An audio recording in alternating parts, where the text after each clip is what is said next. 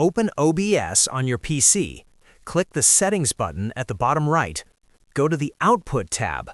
Set the recording quality to High and the recording format to MP4. Now go to the Video tab. Set the output resolution to 2K or 1920 by 1080. Set the FPS to 60. Click Apply and then OK. Look at the Sources panel at the bottom. Click the plus button to add a new source. Select Game Capture. Change the mode to Capture Specific Window. Set the window to Roblox Studio. You'll now see Roblox Studio appearing on the OBS canvas. Click Start Recording in OBS. Go back to Roblox Studio and start whatever you want to record. When you're done, go back to OBS and click Stop Recording. Your video is now saved and ready to edit or upload anywhere you want.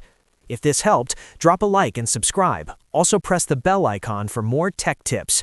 Thanks for watching.